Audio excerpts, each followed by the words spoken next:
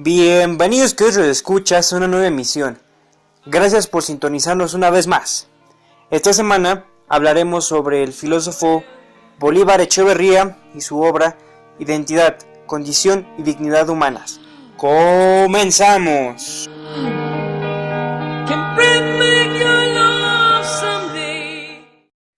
Bien, comenzaremos diciendo que el propósito de la obra, más que reflexivo, es descriptivo.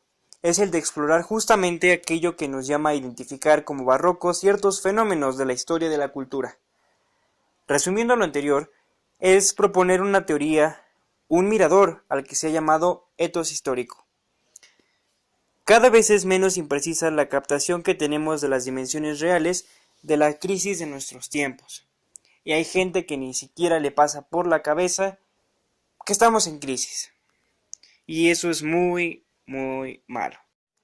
Bien, poco a poco y de manera indudable desde el siglo XVIII se ha vuelto imposible separar los rasgos propios de la vida civilizada en general de los que corresponden particularmente a la vida moderna. La presencia de estos últimos parece, si no agotar, sí constituir una parte sustancial de las condiciones de posibilidad de los primeros. La modernidad, que fue una modalidad de la civilización humana, por la que ésta optó en un determinado momento de su historia, ha dejado ver solo eso, una modificación en principio reversible de ella, y ha pasado a formar parte de su esencia. Sin modernidad, la civilización en cuanto tal se ha vuelto ya inconsciente. Y creo que de eso, queridos radioescuchas, nos damos cuenta día a día. Cuando hablamos de crisis civilizatoria, nos referimos justamente a la crisis del proyecto de modernidad que se impuso en este proceso de modernización de la civilización humana.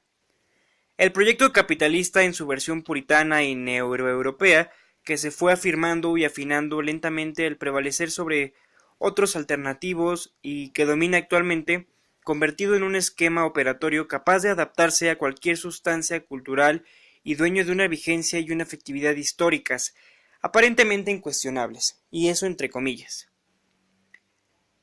Bien, queridos radioescuchas, ahora vamos a un pequeño corte musical.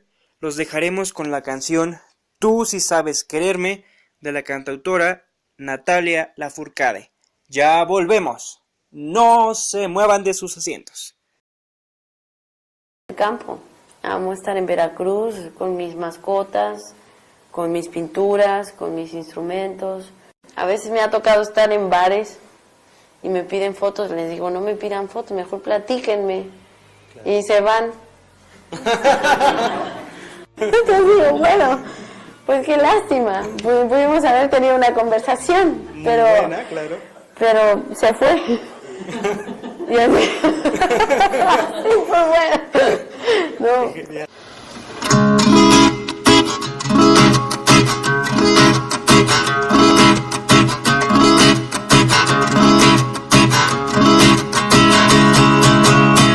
Ha pasado tanto tiempo, finalmente descubrí tus besos. Me enredaste en tu mirada, me abrazaste con todos mis defectos. Tú sí sabes quererme, tú sí sabes adorarme, mi amor, no te vayas, quédate por siempre, para siempre amarte. Corazón, tú sí sabes quererme como a mí me gusta. Soy la flor encendida que da color al jardín de tu vida. Corazón, tú sí sabes quererme como a mí me gusta. Por favor, no me dejes, que soy valiente en corresponderte.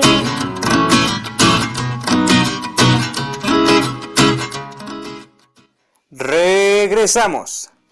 Bien, que escuchas. Retomando el libro anterior, debemos decir que la civilización de la modernidad capitalista no puede desarrollarse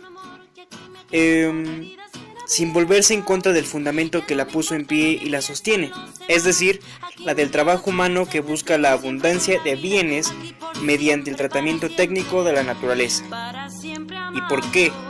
En segundo lugar, empeñada en el audite al destino, exacerba justamente esa reversión que le hace perder su razón de ser.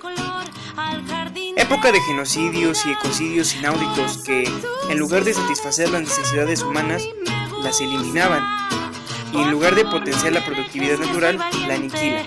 Un caso muy claro se podría decir que sería en el Holocausto, ya que se murieron millones de personas, la mayoría judíos. El siglo XX pudo pasar por alto la radicalidad de esa crisis debido a que ha sido también el siglo del llamado socialismo real, entre paréntesis, con su pretensión de haber iniciado el desarrollo de una civilización diferente de la establecida. Se necesitó del derrumbe de la Unión Soviética y los estados que dependían de ella para que se hiciera evidente que el sistema social impuesto en ellos no había representado ninguna alternativa revolucionaria al proyecto de civilización del capital. El capitalismo de Estado no había pasado de ser una caricatura cruel del capitalismo liberal. Pero aquí, queridos radioescuchas, hay una pregunta fundamental. ¿Es en realidad posible? Y la respuesta sería: débiles son los indicios de que la modernidad que predomina actualmente no es un destino ineluctable, un programa que debemos cumplir hasta el final, hasta el nada improbable escenario apocalíptico de un retorno a la barbarie en medio de la destrucción del planeta. Pero no es posible pasarlos por alto. Es un hecho innegable que el dominio de la modernidad establecida no es absoluto ni uniforme, y lo es también que ella misma no es una realidad monolítica, sino que está compuesta de un sinnúmero de versiones diferentes de sí misma, versiones que fueron vencidas y dominadas por unas de ellas en el pasado, pero que reprimidas y subordinadas no dejan de estar activas en el presente. Ok, continuemos. La realidad capitalista es un hecho histórico inevitable, eso está muy claro, del que no es posible escapar y que por tanto debe ser integrado en la construcción espontánea del mundo de la vida, que debe ser convertido en una segunda naturaleza por el etos que asegura la armonía indispensable de la existencia cotidiana. 4 serían, así en principio, las diferentes posibilidades que se ofrecen de vivir en el mundo dentro del capitalismo. Cada una de ellas implicaría una actitud peculiar, sea de reconocimiento o de desconocimiento, sea de distanciamiento o de participación, ante el hecho contradictorio que caracteriza a la realidad capitalista. Una primera manera de convertir en inmediato y espontáneo el hecho capitalista es la del comportamiento que se desenvuelve dentro de una actitud de identificación afirmativa y militante con la pretensión de creatividad que tiene la acumulación del capital, con la pretensión de esta, no sólo de representar fielmente los intereses del proceso socio-natural de reproducción, intereses que en verdad reprimen y deforman, sino de estar al servicio de la potenciación cuantitativa y cualitativa del mismo. Valorización del valor y desarrollo de las fuerzas productivas serían, dentro de este comportamiento espontáneo, más que dos dinámicas coincidencias, una y la misma, unitaria e indivisible. A este etos elemental lo podemos llamar realista, por su carácter afirmativo, no sólo de la eficacia y la bondad insuperables del mundo establecido o realmente existente, sino, sobre todo, de la imposibilidad de un mundo alternativo. Un segundo modo de naturalizar la capitalista, igual de militante que el anterior, pero completamente contrapuesto a él, implica también la confusión de dos términos, pero no dentro de una afirmación del valor, sino justamente del valor del uso. En él, la valoración aparece plenamente reductible a la forma natural, resultado del espíritu de la valorización misma. No sería otra cosa que una variante de la realización de la forma natural, puesto que es espíritu. Sería, a su vez, una de las figuras o sujetos que hacen de la historia una aventura permanente, lo mismo en el plano del humano individual que en el del humano colectivo. Mutación probablemente perversa, claro está. Esta metamorfosis del mundo bueno o natural en infierno capitalista no dejaría de ser un momento del milagro, que es en sí la misma creación. Esta peculiar manera de vivir con el sí misma la creación, esta misma peculiar manera de vivir con el capitalismo que se afirma de la medida en que lo transfigura en su contrario es propia del etos romántico. Vivir la espontaneidad de la realidad capitalista como el resultado de una necesidad trascendente, es decir, como un hecho cuyos rasgos detestables se compensan en últimas instancias como la positividad de la existencia efectiva, la misma que está más allá del margen de acción y de valoración que corresponde al humano. Esta es la tercera manera de hacerlo, es la manera del etos clásico, distanciada, no comprometida en contra de un destino negativo percibido como inapelable, sino comprensiva y constructiva dentro del cumplimiento trágico de la marcha de las cosas. La cuarta manera de interiorizar el capitalismo en la espontaneidad de la vida cotidiana es la del etos que quisiéramos llamar barroco. Y como en este programa, esta va a ser nuestra parte más importante. Tan distanciada como la clásica ante la necesidad trascendente del hecho capitalista, no lo acepta, sin embargo, ni se suma a él, sino que lo mantiene siempre como inaceptable y ajeno. Se trata de una afirmación de la forma natural del mundo de la vida que parte paradójicamente de la experiencia de esa forma como ya vencida y enterrada por la acción devastadora del capital, que pretende restablecer las cualidades de la riqueza concretare inventándolas informal o furtivamente como cualidades de segundo grado. La idea que Bataille tenía del erotismo cuando decía que es la aprobación de la vida, el caos, aún dentro de la muerte, el cosmos, puede ser trasladada sin exceso de violencia o tal vez incluso con toda propiedad a la definición del etos barroco. Bien, ahora podremos decir que el etos barroco no borra como lo hace el realista, la contradicción propia del mundo de la vida en la modernidad capitalista, y tampoco lo niega como lo hace el romántico, la reconoce como inevitable. Y lo queda como va avanzando la historia. Bien, que es escuchas, es momento de leer el problema moral de la semana. Vamos a ello. Bien, que escuchas, nuestro problema dice así. En algunas ciudades sajona existe una polémica por el futuro que le depara a la ciudad. Por un lado, todos aquellos que les moleste el sistema económico que les rige, el capitalismo, aquel que, según ellos, solo ha traído desgracia a la ciudad. Por otro lado, tenemos aquellos que lo defienden, consideran que gracias a este modelo ha sido posible progresar. Los anticapitalistas dicen que solo será para beneficio de unos pocos, otros, que se acaba con la naturaleza y que ya no importan las relaciones con otras ciudades, sino en ver quién es mejor. Todo esto por elecciones que se llevarán en unos meses.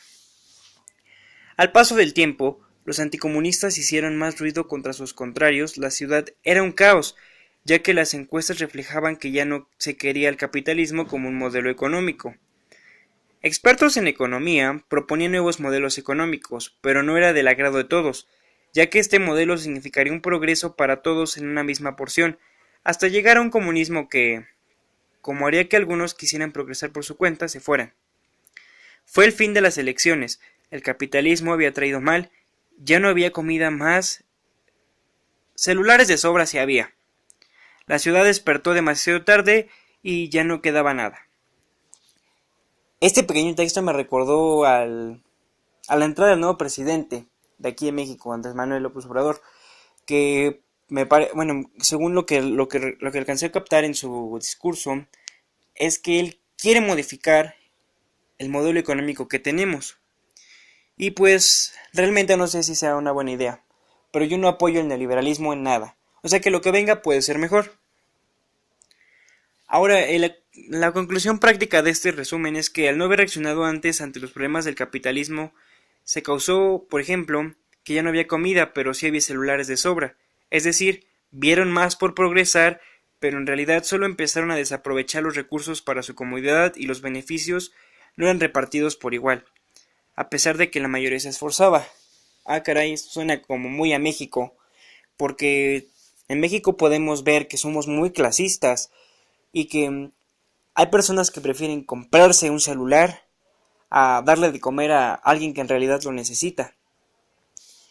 O, por ejemplo, los de clase media baja se pueden preferir comprarse una pantalla, irse a drogar al, no sé qué les gusta, Coppel, y estar pague, o sea, y no pueden comer, pero la televisión no les puede faltar. Eso sería solamente, pues, entre comillas, progresar en sus estatus, pero pues eso solo queda como en el término, porque en realidad jamás lo van a hacer, porque tienen unos pensamientos muy retrógrados.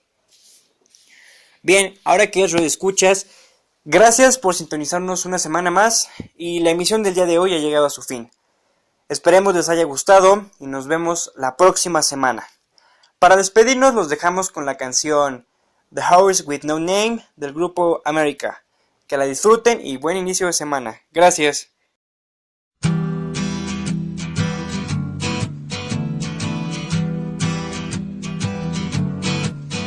On the first part of the journey, I was looking at all the life.